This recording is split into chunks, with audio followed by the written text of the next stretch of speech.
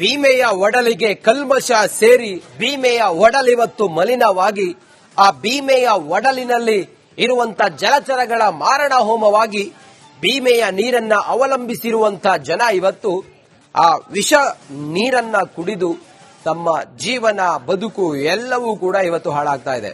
ಹಾಗಾದ್ರೆ ಆಗಬೇಕಾಗಿರೋದೇನು, ಆಗಿರೋದೇನು, ಏನ್ ಹೇಳ್ತಾರೆ ಅಲ್ಲಿನ ಜನ?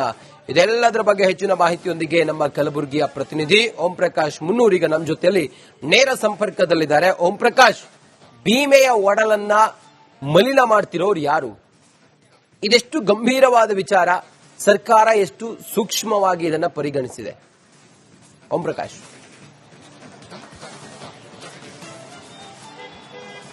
ರಂಜಿತ್, ಇದೊಂದು ಅತ್ಯಂತ ಗಂಭೀರವಾಗಿರುವಂತಹ ವಿಚಾರ. ಯಾಕಂತಂದ್ರೆ ಕಲಬುರಗಿ ನಗರದಲ್ಲಿ ಉಂಟಾಗುವಂತ ಎಲ್ಲ ಡ್ರೈನೇಜ್ ವಾಟರ್ ಅನ್ನ ಅದನ್ನ ಶುದ್ಧೀಕರಣ ಮಾಡಬೇಕು ಅಂತ ಹೇಳಿ ಮಹಾನಗರ ಪಾಲಿಕೆ, ಜಿಲ್ಲಾಡಳಿತ, ಕಲಬುರಗಿ ಹೊರವಲಯದಲ್ಲಿರುವಂತಹ ನಂದಿಕೂರು ಗ್ರಾಮದಲ್ಲಿ ಸುಮಾರು 35 ಕೋಟಿ ವೆಚ್ಚದಲ್ಲಿ ಎಸ್ಟಿಪಿ ಪ್ಲಾಂಟ್ ಅನ್ನ ನಿರ್ಮಾಣ ಮಾಡಿ ಅಲ್ಲಿ ಶುದ್ಧೀಕರಣ ಮಾಡೋದಕ್ಕೆ ಅಂತೇಳಿ ಆ ಒಂದು ಪ್ಲಾಂಟ್ ಅನ್ನ ನಿರ್ಮಾಣ ಮಾಡಿರುವಂತದ್ದು. ಹಾಗಾಗಿ ಪ್ರತಿನಿತ್ಯ ಇಲ್ಲಿ ಉಂಟಾಗುವಂತ ಏನು ಆ ಡ್ರೈನೇಜ್ ನೀರೇನಿದೆ ಅಲ್ಲಿ ಶುದ್ಧೀಕರಣ ಮಾಡಿ ಅದನ್ನ ಹೊರ ಬಿಡಬೇಕಾಗಿರುವಂತ ಕೆಲಸ ಮಾಡಬೇಕು. ಆದ್ರೆ ಕಳೆದ ಸಾಕಷ್ಟು ತಿಂಗಳುಗಳಿಂದ ಅಲ್ಲಿರುವಂತಹ ಎಸ್ಟಿಪಿ ಪ್ಲಾಂಟ್ ಯಾವುದೇ ರೀತಿಯಾದಂತ ಅದನ್ನ ನೀರು ಶುದ್ಧೀಕರಣ ಮಾಡದೇ ಇರುವಂತಹ ಒಂದು ಕೆಲಸ ಮಾಡೋದಕ್ಕೆ ಮುಂದಾಗಿರುವಂತದ್ದು. ಹಾಗಾಗಿ ಇಲ್ಲಿನ ಎಲ್ಲ ಡ್ರೈನೇಜ್ ವಾಟರ್ ಏನಾಗಿದೆ ನೇರವಾಗಿ ಭೀಮಾ ನದಿಗೆ ಹೋಗಿ ತಲುಪ್ತಾ ಇರುವಂತದ್ದು. ಅದೇ ಭೀಮಾ ನದಿಗೆ ಚರಂಡಿ ನೀರು, ಕಲ್ಮಶ ನೀರು ಎಲ್ಲವೂ ಕೂಡ ಏನು ಭೀಮಾ ನದಿಯ ನೀರಿಗೆ ಸೇರಿಕೊಂಡು ಇಡೀ ಭೀಮಾ ನದಿಯ ನೀರು ಕಲ್ಮಶವಾಗೋದಕ್ಕೆ ಮುಂದಾಗಿರುವಂತದ್ದು. ಬರೀ ಕೇವಲ ಭೀಮಾ ನದಿಯ ನೀರು ಕಲ್ಮಶವಾದ್ರೆ ಯಾವುದೇ ರೀತಿಯಾದಂತಹ ತೊಂದರೆ ಆಗ್ತಾ ಇರಲಿಲ್ಲ. ಮತ್ತೆ ಅದೇ ಭೀಮಾ ನದಿಯ ನೀರು ವಾಪಸ್ ಇದೇ ಕಲಬುರಗಿಯ ಜನರಿಗೆ ಕುಡಿಯೋದಕ್ಕೆ ಇದೇ ಮಹಾನಗರ ಪಾಲಿಕೆ, ಜಿಲ್ಲಾಡಳಿತ ಸಪ್ಲೈ ಮಾಡ್ತಾ ಇರುವಂತದ್ದು. ಯಾಕಂತಂದ್ರೆ ಶುದ್ಧೀಕರಣ ಮಾಡೋದಕ್ಕಂತೇಳಿ ಏನು 60 MLD ಕೆಪಾಸಿಟಿ ಹೊಂದಿರುವಂತಹ ಶುದ್ಧೀಕರಣ ಘಟಕವನ್ನ ನಿರ್ಮಾಣ ಮಾಡಿರುವಂತದ್ದು. ಅಲ್ಲಿ ಈ ನೀರನ್ನ ಶುದ್ಧೀಕರಣ ಮಾಡುವಂತ ಕೆಲಸ ಆಗಬೇಕು. ಆದ್ರೆ ಕಳೆದ ಸಾಕಷ್ಟು ತಿಂಗಳಿಂದಲೂ ಕೂಡ ಅಲ್ಲಿರುವಂತಹ ಮಷಿನ್ಸ್ಗಳು ಜೊತೆಗೆ ಬೇರೆ ಬೇರೆ ಕೆಮಿಕಲ್ ಗಳನ್ನ ಹಾಕಿ ಅದನ್ನ ವಾಸನೆ ಅಂದ್ರೆ ನೀರಿನ ವಾಸನೆ ಮತ್ತೆ ಕಲರ್ ಚೇಂಜ್ ಮಾಡುವಂತ ಕೆಲಸ ಏನಾಗಬೇಕಾಗಿತ್ತು ಅದ್ಯಾವುದು ಕೂಡ ಆಗ್ತಾ ಇಲ್ಲ. ಯಥಾವತ್ತಾಗಿ ಕಲಬುರಗಿ ನಗರದಿಂದ ಏನು ಉಂಟಾಗುವಂತ ಚರಂಡಿ ನೀರಿದೆ ಅದನ್ನ ಬೈ ಡೈವರ್ಷನ್ ತರ ಒಂದು ರೀತಿಯಲ್ಲಿ ಈ ಎಸ್ಟಿಪಿ ಪ್ಲಾಂಟ್ ಒಳಗಡೆ ಬಂದು ಮತ್ತೆ ಅದೇ ಚರಂಡಿ ನೀರು ಭೀಮಾ ನದಿಗೆ ಸೇರುವಂತ ಕೆಲಸ ಆಗ್ತಾ ಇರುವಂತದ್ದು. ಇದು ಕಲಬುರಗಿ ನಗರದ ಜನರಿಗೆ ಸಾಕಷ್ಟು ಆಕ್ರೋಶವನ್ನ ವ್ಯಕ್ತಪಡಿಸ್ತಾ ಇರುವಂತದ್ದು. ಯಾಕಂತಂದ್ರೆ ಕನಿಷ್ಠ ಪಕ್ಷ ಕಲಬುರಗಿ ಜಿಲ್ಲಾಡಳಿತ, ಮಹಾನಗರ ಪಾಲಿಕೆ ಕುಡಿಯೋದಕ್ಕೆ ಒಂದು ಒಳ್ಳೆ ನೀರು ಕೂಡ ಕೊಡೋದಕ್ಕೆ ಆಗದೆ ಇರುವಂತಹ ಪರಿಸ್ಥಿತಿ ನಿರ್ಮಾಣವಾಗಿದೆ ಅನ್ನುವಂತ ಪರಿಸ್ಥಿತಿ ನಿರ್ಮಾಣವಾಗಿರುವಂತದ್ದು. ಮತ್ತೊಂದು ಕಡೆ ಈ ಭೀಮಾ ನದಿಯ ನದಿ ಪಾತ್ರದಲ್ಲಿರುವಂತಹ ಗ್ರಾಮದ ಹಳ್ಳಿಗಳ ಜನರಿಗೂ ಕೂಡ ಈ ನೀರಿನ ಎಫೆಕ್ಟ್ ಆಗ್ತಾ ಇರುವಂತದ್ದು. ಯಾಕಂತಂದ್ರೆ ಒಂದ್ ಕಡೆ ರೈತರು ತಮ್ಮ ಹೊಲ ಗದ್ದೆಗಳಿಗೆ ಅದೇ ನೀರನ್ನ ಬಳಸ್ತಾರೆ, ಮತ್ತೊಂದು ಕಡೆ ತಾವು ಹೊಲಗಳಿಗೆ ಹೋದಂತಹ ಸಂದರ್ಭದಲ್ಲಿ ಕುಡಿಯೋದಕ್ಕೆ ಜಾನುವಾರುಗಳಿಗೂ ಕೂಡ ಇದೇ ರೀತಿಯಾದಂತಹ ಕಲ್ಮಶ ನೀರನ್ನ ಕುಡಿಯುವಂತಹ ಪರಿಸ್ಥಿತಿ ನಿರ್ಮಾಣವಾಗಿರುವಂತದ್ದು ಒಂದು ಕಡೆ. ಆದ್ರೆ ಮತ್ತೊಂದು ಕಡೆ ನಗರದ ಜನರು ಕೂಡ ಚರಂಡಿ ನೀರನ್ನೇ ಇವತ್ತು ಕುಡಿಯುವಂತ ಕೆಲಸ ಆಗಿರುವಂತದ್ದು. ಎಸ್ಟಿಪಿ ಪ್ಲಾಂಟ್ ನಲ್ಲಿ ಏನು ಕ್ಲೋರಿನೇಷನ್ ಬಳಸಬೇಕಾಗಿರುವಂತದ್ದು ಅದು ಕೂಡ ಬಳಸ್ತಾ ಇಲ್ಲ. ಅಲ್ಲಿರುವಂತಹ 6 ಬ್ಲೋವರ್ಗಳೇನಿದೆ ಅದ್ಯಾವುದು ಕೂಡ ಸರಿಯಾಗಿ ವರ್ಕ್ ಆಗ್ತಾ ಇಲ್ಲ ಅನ್ನುವಂಥದ್ದು ಮಹಾನಗರ ಪಾಲಿಕೆ ಆಯುಕ್ತರ ಗಮನಕ್ಕೂ ಕೂಡ ಬಂದಿದೆ. ಅಂದ್ರೆ ಪುಣೆ ಮೂಲದ ಒಂದು ಕಂಪನಿ ಇದನ್ನ ಗುತ್ತಿಗೆಗೆ ತೆಗೆದುಕೊಂಡಿರುವಂತದ್ದು ಶುದ್ಧೀಕರಣ ಮಾಡುವಂತ ಕೆಲಸಕ್ಕೆ. ಆದ್ರೆ ಕಳೆದ ಸಾಕಷ್ಟು ದಿನಗಳಿಂದಲೂ ಕೂಡ ಈ ಹಿಂದೆ ಕೂಡ ಪುಣೆ ಮೂಲದ ಮತ್ತೊಂದು ಕಂಪನಿ ಅದನ್ನ ಪ್ಯೂರಿಫೈರ್ ಮಾಡೋದಕ್ಕೆ ಅಂತೇಳಿ ತೆಗೆದುಕೊಂಡಿತ್ತು. ಅದು ಕೂಡ ಅರೆಬರೆಯಾಗಿ ಯಾವುದೇ ರೀತಿಯಾದಂತಹ ಪ್ಯೂರಿಫೈರ್ ಮಾಡುವಂತ ಕೆಲಸಕ್ಕೆ ಹೋಗ್ತಾ ಇರಲಿಲ್ಲ. ಅಗೇನ್ ಈಗ ಮತ್ತೊಂದು ಹೊಸ ಕಂಪನಿ ತೆಗೆದುಕೊಂಡಿರುವಂತದ್ದು ಅದು ಕೂಡ ಅಷ್ಟರ ಮಟ್ಟಿಗೆ ಅದನ್ನ ಪ್ಯೂರಿಫೈರ್ ಮಾಡೋದಕ್ಕೆ ಮುಂದಾಗ್ತಾ ಇಲ್ಲ. ಸೊ ಹಾಗಾಗಿ ಈ ವಿಚಾರ ಪಾಲಿಕೆಯ ಆಯುಕ್ತರ ಗಮನಕ್ಕೂ ಕೂಡ ಬಂದಿರುವಂತದ್ದು. ಆದ್ರೆ ಇದರ ವಿರುದ್ಧ ಕಠಿಣ ಕ್ರಮ ಕೈಗೊಳ್ಳೋದಕ್ಕೆ ಅಥವಾ ಪಾಲಿಕೆ ಆಯುಕ್ತರು ನಿರ್ದಾಕ್ಷಿಣ್ಯವಾಗಿ ಇದನ್ನ ಸರಿಪಡಿಸುವಂತ ಕೆಲಸಕ್ಕೂ ಕೂಡ ಇನ್ನ ಮುಂದಾಗಿಲ್ಲ. ಹಾಗೇನಾದ್ರೂ ಆದ್ರೆ ಒಂದು ವೇಳೆ ಮುಂದಿನ ದಿನಗಳಲ್ಲಿ ಮತ್ತಷ್ಟು ಕಲುಷಿತ ನೀರು ಕಲಬುರಗಿ ನಗರದ ಜನರು ಕುಡಿಯುವಂತ ಪರಿಸ್ಥಿತಿ ನಿರ್ಮಾಣವಾಗಿರುವಂತದ್ದು. ಯಾಕಂತಂದ್ರೆ ಕನಿಷ್ಠ ಕುಡಿಯೋಕೆ ಒಂದು ಒಳ್ಳೆ ನೀರನ್ನು ಕೊಡುವಂತ ಕೆಲಸ ಕಲಬುರಗಿ ಜಿಲ್ಲಾಡಳಿತ ಮತ್ತೆ ಪಾಲಿಕೆಯವರು ಮಾಡಬೇಕಾಗಿರುವಂತದ್ದು. ಇದು ಯಾವುದು ಕೂಡ ಆಗ್ತಾ ಇಲ್ಲ. ಸೊ ಹಾಗಾಗಿ ಯಥಾವತ್ತಾಗಿ ಆ ನೀರು ನೇರವಾಗಿ ಹರಿದು ಭೀಮಾ ನದಿಗೆ ಹೋಗ್ತಾ ಇರುವಂತದ್ದು. ಮತ್ತೊಂದು ಕಡೆ ಈ ಎಸ್ಟಿಪಿ ಪ್ಲಾಂಟ್ ಒಳಗಡೆ ಬರುವಂತ ನೀರು ಒಂದ್ ಕಡೆ ಆದ್ರೆ ಮತ್ತೊಂದು ಕಡೆ ಓವರ್ಫ್ಲೋ ಆಗಿ ಆ ನೀರೇನಿದೆ ಡ್ರೈನೇಜ್ ನೀರು ನೇರವಾಗಿ ಅದನ್ನ ಮತ್ತೆ ಭೀಮಾ ನದಿಗೆ ಹೋಗುವಂತ ಕೆಲಸ ಕೂಡ ಆಗ್ತಾ ಇರುವಂತದ್ದು. ಇದೆಲ್ಲವೂ ಕೂಡ ಅಧಿಕಾರಿಗಳಿಗೆ ಗೊತ್ತಿರುವಂತದ್ದು. ಅಲ್ಲೇ ಎಸ್ಟಿಪಿ ಪ್ಲಾಂಟ್ ಅಲ್ಲೇ ಸಾಕಷ್ಟು ಜನ ಪಾಲಿಕೆ ಅಧಿಕಾರಿಗಳು ಇರ್ತಾರೆ, ಜೊತೆಗೆ ಎಸ್ಟಿಪಿ ಪ್ಲಾಂಟ್ ನವರು ಕೂಡ ಇರ್ತಾರೆ. ಅದನ್ನ ಸರಿಪಡಿಸುವಂತ ಕೆಲಸ ಮಾಡುವಂತ ಗೋಜಿಗೆ ಹೋಗ್ತಾ ಇಲ್ಲ. ಸೊ ಹಾಗಾಗಿ ಇದರಿಂದ ಕಲಬುರಗಿ ಜನರು ಸಾಕಷ್ಟು ತೊಂದರೆಗೆ ಒಳಗಾಗ್ತಾ ಇರುವಂತಹ ಪರಿಸ್ಥಿತಿ ನಿರ್ಮಾಣವಾಗಿರುವಂತದ್ದು. ಹಾಗಾಗಿ ಆ ಎಸ್ಟಿಪಿ ಪ್ಲಾಂಟ್ ನೀರು ಶುದ್ಧೀಕರಣ ಘಟಕ ಇದ್ದು ಇಲ್ಲದಂತಾಗಿರುವಂತದ್ದು. ಯಾಕಂತಂದ್ರೆ ಜಿಲ್ಲಾಡಳಿತ ಪಾಲಿಕೆ ಅಧಿಕಾರಿಗಳು ನೇರವಾಗಿ ಚರಂಡಿ ನೀರೇ ಕೊಡುವಂತ ಪರಿಸ್ಥಿತಿ ಇದೀಗ ನಿರ್ಮಾಣವಾಗಿರುವಂತದ್ದು. ಅದಕ್ಕೊಂದು ಎಸ್ಟಿಪಿ ಪ್ಲಾಂಟ್ ಅಂತ ಹೇಳಿ ಮಾಡಿ ಅಲ್ಲಿ ಕೋಟ್ಯಾಂತರ ರೂಪಾಯಿ ಖರ್ಚು ಮಾಡಿ ನೀರು ಶುದ್ಧೀಕರಣ ಮಾಡ್ತೇವೆ ಅಂತ ಹೇಳಿ ಕೋಟ್ಯಾಂತರ ರೂಪಾಯಿ ಖರ್ಚು ಮಾಡ್ತಾ ಇರುವಂತದ್ದು. ವರ್ಷಿಗೆ ಅದೆಲ್ಲವೂ ಕೂಡ ಎಲ್ಲಿ ಹೋಗ್ತಾ ಇದೆ ಅನ್ನುವಂಥದ್ದು ಕೂಡ ಇದೀಗ ಯಕ್ಷ ಪ್ರಶ್ನೆ ಆಗ್ತಾ ಇರುವಂತದ್ದು. ಯಾಕಂತಂದ್ರೆ ಕೋಟಿ ಕೋಟಿ ಖರ್ಚಾದ್ರೂ ಕೂಡ ಈ ನೀರು ಶುದ್ಧೀಕರಣ ಆಗೋದಿಲ್ಲ. ಯಥಾವತ್ತಾಗಿ ಅದೇ ನೀರು ಭೀಮಾ ನದಿ ನೀರಿಗೆ ಹೋಗಿ ಸೇರುತ್ತೆ. ಅದೇ ಚರಂಡಿ ನೀರು ಮತ್ತೆ ಭೀಮಾ ನದಿಯಿಂದ ಜನರ ಮನೆ ಬಾಗಿಲಿಗೆ. ಓಕೆ, ಥ್ಯಾಂಕ್ ಯು ನಿಮ್ಮೆಲ್ಲ.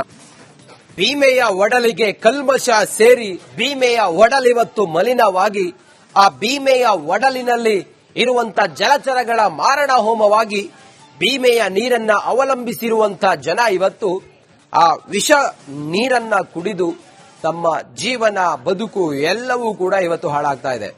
ಹಾಗಾದ್ರೆ ಆಗಬೇಕಾಗಿರೋದೇನು, ಆಗಿರೋದೇನು, ಏನ್ ಹೇಳ್ತಾರೆ ಅಲ್ಲಿನ ಜನ? ಇದೆಲ್ಲದರ ಬಗ್ಗೆ ಹೆಚ್ಚಿನ ಮಾಹಿತಿಯೊಂದಿಗೆ ನಮ್ಮ ಕಲಬುರಗಿಯ ಪ್ರತಿನಿಧಿ ಓಂ ಪ್ರಕಾಶ್ ಮುನ್ನೂರ್ ಈಗ ನಮ್ಮ ಜೊತೆಯಲ್ಲಿ ನೇರ ಸಂಪರ್ಕದಲ್ಲಿದ್ದಾರೆ. ಓಂ ಪ್ರಕಾಶ್, ಭೀಮೆಯ ಒಡಲನ್ನ ಮಲಿನ ಮಾಡ್ತಿರೋರು ಯಾರು? ಇದೆಷ್ಟು ಗಂಭೀರವಾದ ವಿಚಾರ, ಸರ್ಕಾರ ಎಷ್ಟು ಸೂಕ್ಷ್ಮವಾಗಿ ಇದನ್ನ ಪರಿಗಣಿಸಿದೆ? ಓಂ ಪ್ರಕಾಶ್.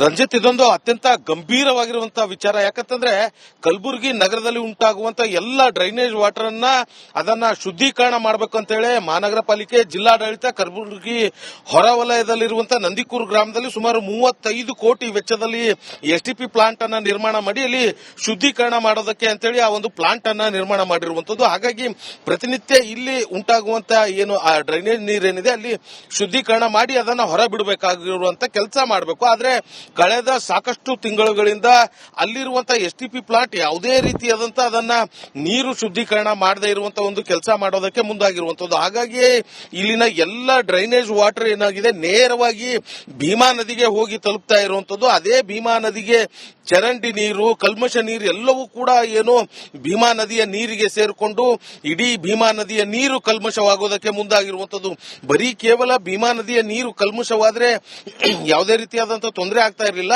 ಮತ್ತೆ ಅದೇ ಭೀಮಾ ನದಿಯ ನೀರು ವಾಪಸ್ ಇದೇ ಕಲಬುರಗಿಯ ಜನರಿಗೆ ಕುಡಿಯೋದಕ್ಕೆ ಇದೇ ಮಹಾನಗರ ಪಾಲಿಕೆ, ಜಿಲ್ಲಾಡಳಿತ ಸಪ್ಲೈ ಮಾಡ್ತಾ ಇರುವಂತದ್ದು. ಯಾಕಂತಂದ್ರೆ ಶುದ್ಧೀಕರಣ ಮಾಡೋದಕ್ಕಂತೇಳಿ ಏನು 60 MLD ಕೆಪಾಸಿಟಿ ಹೊಂದಿರುವಂತಹ ಶುದ್ಧೀಕರಣ ಘಟಕವನ್ನ ನಿರ್ಮಾಣ ಮಾಡಿರುವಂತದ್ದು. ಅಲ್ಲಿ ಈ ನೀರನ್ನ ಶುದ್ಧೀಕರಣ ಮಾಡುವಂತ ಕೆಲಸ ಆಗಬೇಕು. ಆದ್ರೆ ಕಳೆದ ಸಾಕಷ್ಟು ತಿಂಗಳಿಂದಲೂ ಕೂಡ ಅಲ್ಲಿರುವಂತಹ ಮಷಿನ್ಸ್ಗಳು ಜೊತೆಗೆ ಬೇರೆ ಬೇರೆ ಕೆಮಿಕಲ್ ಗಳನ್ನ ಹಾಕಿ ಅದನ್ನ ವಾಸನೆ ಅಂದ್ರೆ ನೀರಿನ ವಾಸನೆ ಮತ್ತೆ ಕಲರ್ ಚೇಂಜ್ ಮಾಡುವಂತ ಕೆಲಸ ಏನಾಗಬೇಕಾಗಿತ್ತು ಅದ್ಯಾವುದು ಕೂಡ ಆಗ್ತಾ ಇಲ್ಲ.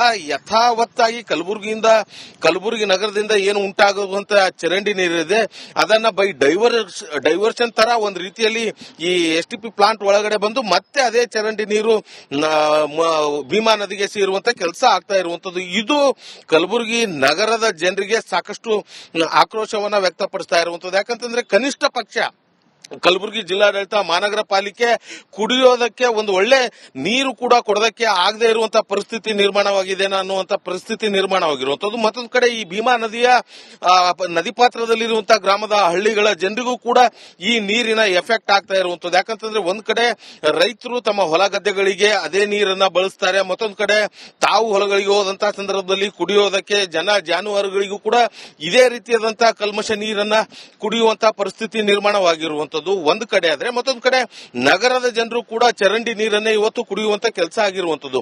ಎಸ್ಟಿಪಿ ಪ್ಲಾಂಟ್ ನಲ್ಲಿ ಏನು ಕ್ಲೋರಿನೇಷನ್ ಬಳಸಬೇಕಾಗಿರುವಂತದ್ದು ಅದು ಕೂಡ ಬಳಸ್ತಾ ಇಲ್ಲ. ಅಲ್ಲಿರುವಂತ 6 ಬ್ಲೋವರ್ಗಳೇನಿದೆ ಅದ್ಯಾವುದು ಕೂಡ ಸರಿಯಾಗಿ ವರ್ಕ್ ಆಗ್ತಾ ಇಲ್ಲ ಅನ್ನುವಂಥದ್ದು ಮಹಾನಗರ ಪಾಲಿಕೆ ಆಯುಕ್ತರ ಗಮನಕ್ಕೂ ಕೂಡ ಬಂದಿದೆ. ಅಂದ್ರೆ ಪುಣೆ ಮೂಲದ ಒಂದು ಕಂಪನಿ ಇದನ್ನ ಗುತ್ತಿಗೆಗೆ ತೆಗೆದುಕೊಂಡಿರುವಂತದ್ದು ಶುದ್ಧೀಕರಣ ಮಾಡುವಂತ ಕೆಲಸಕ್ಕೆ. ಆದ್ರೆ ಕಳೆದ ಸಾಕಷ್ಟು ದಿನಗಳಿಂದಲೂ ಕೂಡ ಈ ಹಿಂದೆ ಕೂಡ ಪುಣೆ ಮೂಲದ ಮತ್ತೊಂದು ಕಂಪನಿ ಅದನ್ನ ಪ್ಯೂರಿಫೈರ್ ಮಾಡೋದಕ್ಕೆ ಅಂತೇಳಿ ತೆಗೆದುಕೊಂಡಿತ್ತು. ಅದು ಕೂಡ ಅರೆಬರೆಯಾಗಿ ಯಾವುದೇ ರೀತಿಯಾದಂತಹ ಪ್ಯೂರಿಫೈರ್ ಮಾಡುವಂತ ಕೆಲಸಕ್ಕೆ ಹೋಗ್ತಾ ಇರಲಿಲ್ಲ. ಅಗೇನ್ ಈಗ ಮತ್ತೊಂದು ಹೊಸ ಕಂಪನಿ ತೆಗೆದುಕೊಂಡಿರುವಂತದ್ದು ಅದು ಕೂಡ ಅಷ್ಟರ ಮಟ್ಟಿಗೆ ಅದನ್ನ ಪ್ಯೂರಿಫೈರ್ ಮಾಡೋದಕ್ಕೆ ಮುಂದಾಗ್ತಾ ಇಲ್ಲ. ಸೊ ಹಾಗಾಗಿ ಈ ವಿಚಾರ ಪಾಲಿಕೆಯ ಆಯುಕ್ತರ ಗಮನಕ್ಕೂ ಕೂಡ ಬಂದಿರುವಂತದ್ದು. ಆದ್ರೆ ಇದರ ವಿರುದ್ಧ ವಿರುದ್ಧ ಕಠಿಣ ಕ್ರಮ ಕೈಗೊಳ್ಳೋದಕ್ಕೆ ಅಥವಾ ಪಾಲಿಕೆ ಆಯುಕ್ತರು ನಿರ್ದಾಕ್ಷಿಣ್ಯವಾಗಿ ಇದನ್ನ ಸರಿಪಡಿಸುವಂತ ಕೆಲಸಕ್ಕೂ ಕೂಡ ಇನ್ನ ಮುಂದಾಗಿಲ್ಲ. ಹಾಗೇನಾದ್ರೂ ಆದ್ರೆ ಒಂದು ವೇಳೆ ಮುಂದಿನ ದಿನಗಳಲ್ಲಿ ಮತ್ತಷ್ಟು ಕಲುಷಿತ ನೀರು ಕಲಬುರಗಿ ನಗರದ ಜನರು ಕುಡಿಯುವಂತ ಪರಿಸ್ಥಿತಿ ನಿರ್ಮಾಣವಾಗಿರುವಂತದ್ದು. ಯಾಕಂತಂದ್ರೆ ಕನಿಷ್ಠ ಕುಡಿಯೋಕೆ ಒಂದು ಒಳ್ಳೆ ನೀರನ್ನು ಕೊಡುವಂತ ಕೆಲಸ ಕಲಬುರಗಿ ಜಿಲ್ಲಾಡಳಿತ ಮತ್ತೆ ಪಾಲಿಕೆಯವರು ಮಾಡಬೇಕಾಗಿರುವಂತದ್ದು. ಇದು ಯಾವುದೂ ಕೂಡ ಆಗ್ತಾ ಇಲ್ಲ. ಸೊ ಹಾಗಾಗಿ ಯಥಾವತ್ತಾಗಿ ಆ ನೀರು ನೇರವಾಗಿ ಹರಿದು ಭೀಮಾ ನದಿಗೆ ಹೋಗ್ತಾ ಇರುವಂತದ್ದು. ಮತ್ತೊಂದು ಕಡೆ ಈ ಎಸ್ಟಿಪಿ ಪ್ಲಾಂಟ್ ಒಳಗಡೆ ಬರುವಂತ ನೀರು ಒಂದ್ ಕಡೆ ಆದ್ರೆ ಮತ್ತೊಂದು ಕಡೆ ಓವರ್ಫ್ಲೋ ಆಗಿ ಆ ನೀರೇನಿದೆ ಡ್ರೈನೇಜ್ ನೀರು ನೇರವಾಗಿ ಅದನ್ನ ಮತ್ತೆ ಭೀಮಾ ನದಿಗೆ ಹೋಗುವಂತ ಕೆಲಸ ಕೂಡ ಆಗ್ತಾ ಇರುವಂತದ್ದು. ಇದೆಲ್ಲವೂ ಕೂಡ ಅಧಿಕಾರಿಗಳಿಗೆ ಗೊತ್ತಿರುವಂತದ್ದು. ಅಲ್ಲೇ ಎಸ್ಟಿಪಿ ಪ್ಲಾಂಟ್ ಅಲ್ಲೇ ಸಾಕಷ್ಟು ಜನ ಪಾಲಿಕೆ ಅಧಿಕಾರಿಗಳು ಇರ್ತಾರೆ, ಜೊತೆಗೆ ಎಸ್ಟಿಪಿ ಪ್ಲಾಂಟ್ ನವರು ಕೂಡ ಇರ್ತಾರೆ.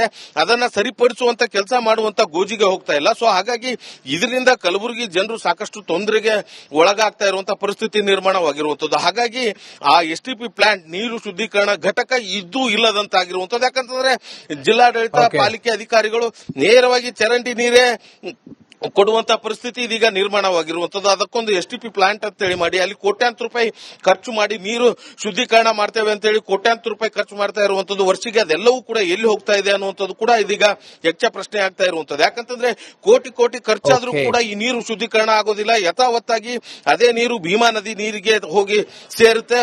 ಅದೇ ಚರಂಡಿ ನೀರು ಮತ್ತೆ ಭೀಮಾ ನದಿಯಿಂದ ಜನರ ಮನೆ ಬಾಗಿಲಿಗೆ. ಓಕೆ, ಥ್ಯಾಂಕ್ ಯು ನಿಮ್ಮೆಲ್ಲ